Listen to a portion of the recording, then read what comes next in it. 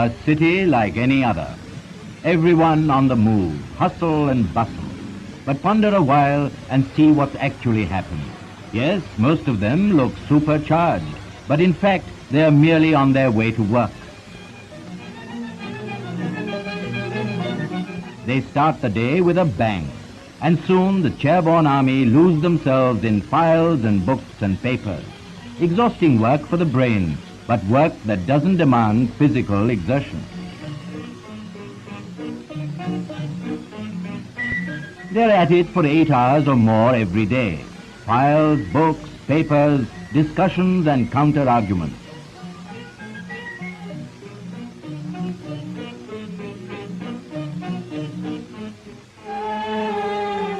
And when it's time to close the files and books and papers, they rise from their chairs looking very much like worn-out rags. Indeed, a tired, listless army of men and women now undercharged. A sad but true commentary on life in our cities. The office-goer returns. Home, sweet home. He's hardly exercised a muscle, but you'd think he's done nothing else all day long. Weary, worn out, it seems the wrong moment to tell him that what he needs is regular daily exercise. But that's the truth. Over the centuries in our country, a number of systems of exercises designed to make the body more fit and better able to bear the stress and strain of everyday life has been evolved. Our Indian exercises are simple in technique and easy to practice. They generally require little time and no accessories, and are suitable for all, young and old. The best time for exercise is in the morning, before breakfast. At this time, the vitality of the body is at its highest. All movements can be done with a sense of ease, freshness, vigor, and a great deal of mental calm.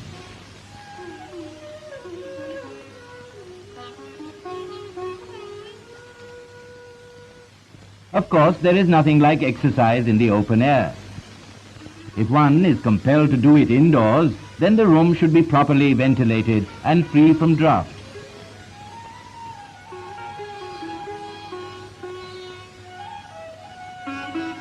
Keep the body loosely clothed and exposed to the air as much as possible. Here are a few exercises and movements which will be useful. Breathing can be the starting point because it purifies the air in your lungs, and this is how it should be done. Nostrils should be closed and opened alternately in quick succession, breathing in and breathing out. The stomach should be inflated while inhaling and deflated while exhaling. Blood circulation increases. The body is toned up. Next, feet joined together, throw the head back.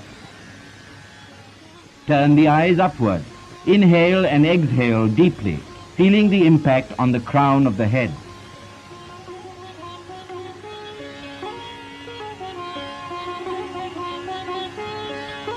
An exercise for the eyes.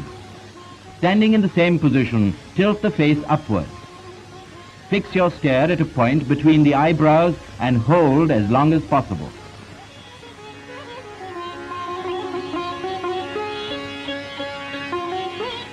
There is an exercise for the cheeks also. Close your nostrils with your thumbs. Inhale deeply through the mouth. Then tilt your head forward. Blow out the cheeks. Hold the breath as long as possible. Repeat 4 to 5 times.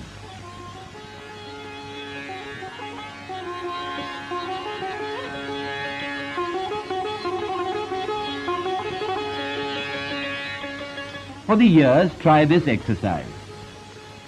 Plug the ears with your thumbs. Then with your fingers, close eyes and nostrils. Inhale deeply through the mouth. Tilt the head. Blow out the cheeks. Hold breath as long as possible. Then, holding the head straight, exhale slowly through the nose. Now the neck. While breathing in and out, inflating and deflating the abdomen, stretch the veins of the neck in quick, short jerks. Another exercise for the neck. Turn your head vigorously to the left and to the right.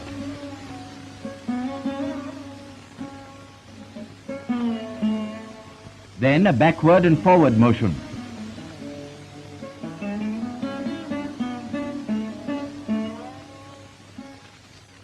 And finally, rotate the head from left to right. And again from right to left, slowly and forcefully.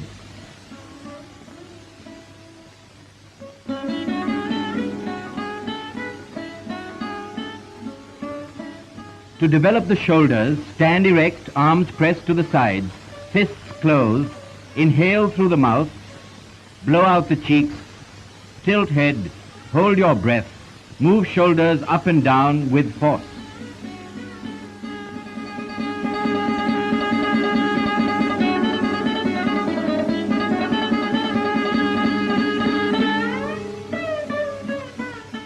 Now the arms. Stand erect, feet together, fists closed. Inhale through the nose, retain breath. Rotate the arms.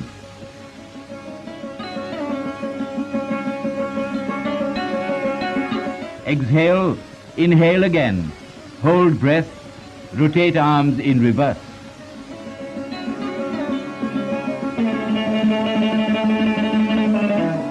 To exercise the wrists, hold arms straight in front. Move hands up and down with force.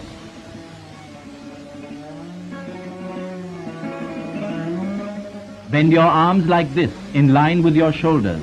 Repeat action with force.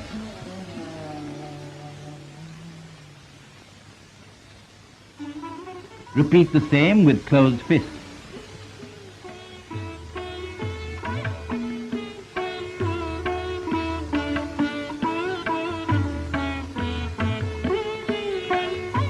To develop the chest, inhale through the nose. Raise your arms above your head. Bend the upper part of the body backwards and return to normal position, breathing out.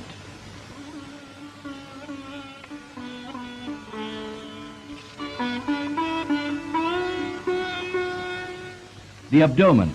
Inhaling through the nose, inflate the stomach fully and hold that position for as long as you can. Then, exhaling, deflate the stomach.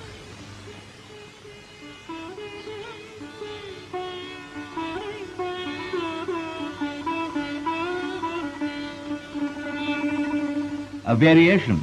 With your hands on your waist, bend forward. Then inflate and deflate the stomach as fast as you can.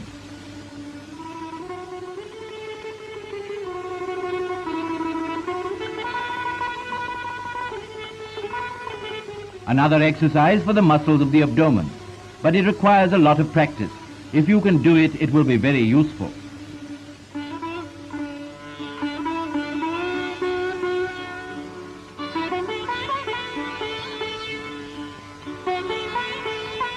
A movement for suppleness and agility. Ladies, pay attention. With the feet joined together and hands held at the back, bend backwards, inhaling through the nose.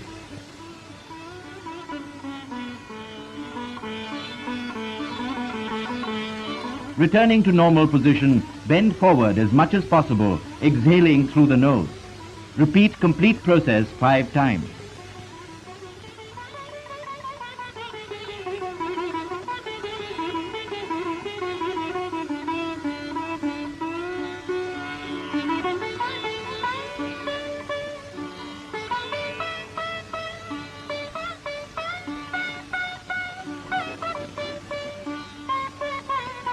Another variation. Keeping the legs apart, swiftly move the upper part of the trunk to left and right. While swinging the arms, breathe in and out through the nose. Repeat the action 10 times.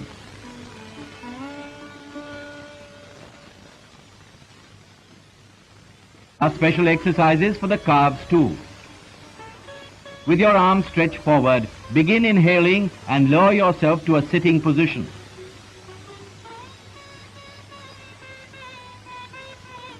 While getting up, swing your arms in a circular fashion. This should be repeated 10 times. And now for the ankles. Stand with your feet together. Raise heels up and down while standing on your toes. Do this, if possible, 25 times.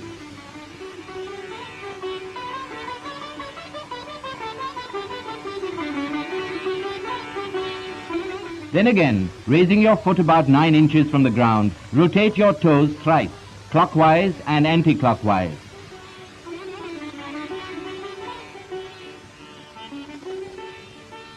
Repeat with the other foot.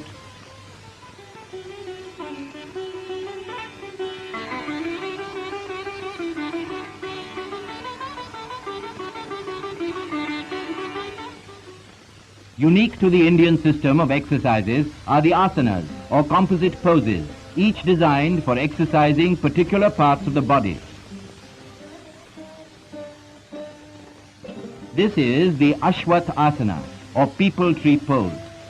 Stand upright, raise the arms upwards, and move the right leg sideways at a right angle. Repeat with the other leg.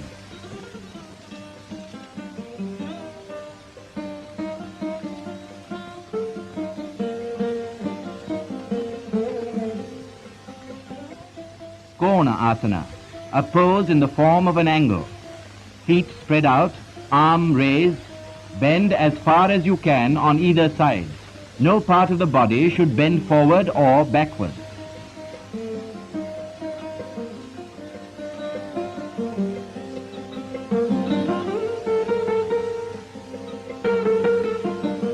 For suppleness of the body, Padangushta asana. Get your whole body to rest on your toe like this. Thereafter, hold your waist with both hands. Keep the backbone and trunk upright. Sit motionless with a fixed gaze.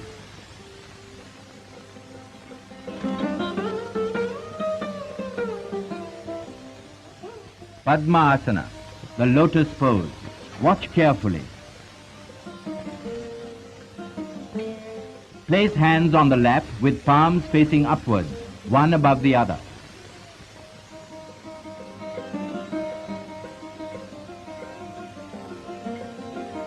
The position of the hands can vary, either on the heels of both feet or on the knees.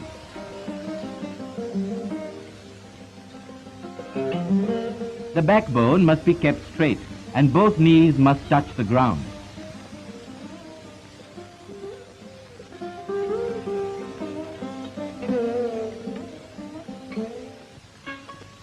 Yes, another exercise for the stomach. Ardhamatsyendra asana. Yes, it's complicated, but practice makes perfect.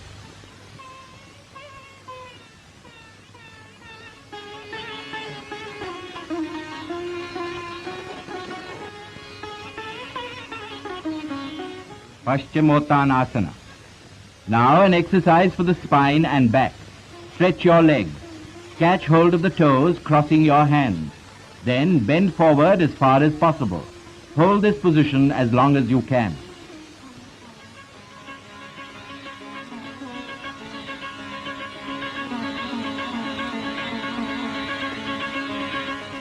Mayurasana, or the peacock pose. Kneel, keeping 1 cubit distance between the knees. Place your palms on the ground with fingers stretched out, 4 inches apart. Join the elbows together at the navel. Slowly lift the feet from the ground. Stretch the legs, balance the body on the elbows parallel to the ground.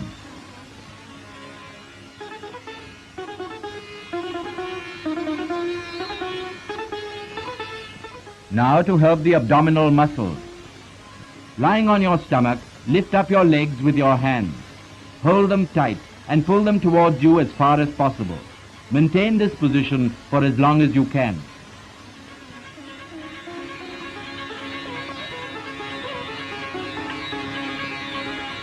Bhujang asana. While lying on your stomach, place your palms near the chest. Raise the body as much as possible. Bend the head back, looking straight ahead.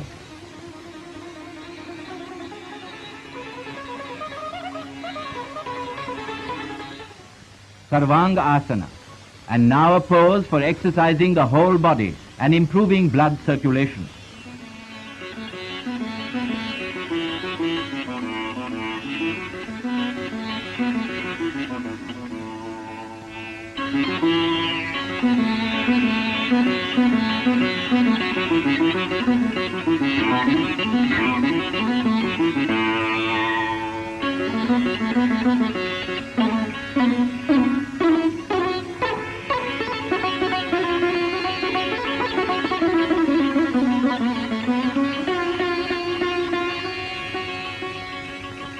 Shavasana. To obtain full benefits from your exercise hour, relaxation is essential. Lie on your back with palms of hands turned upwards, near the waist. Relax your body to such an extent that you feel detached from your physical self. It's possible if you try.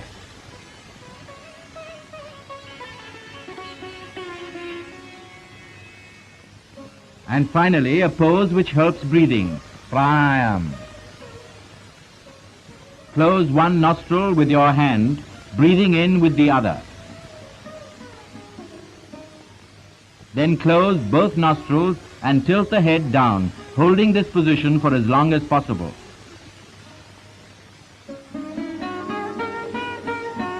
While exhaling, tilt up the head, keep one nostril closed and breathe through the other.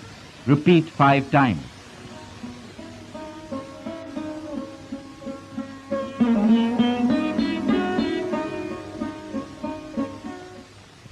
Breathing exercises should generally precede and follow the day's physical training. These exercises have an advantage. They can be done without unnecessary exertion and without much fatigue. However, they should be practiced only by persons in normal health. Otherwise, proper guidance is necessary. For us, living the intense life of the 20th century, health is a vital commodity. And here is a better way to it.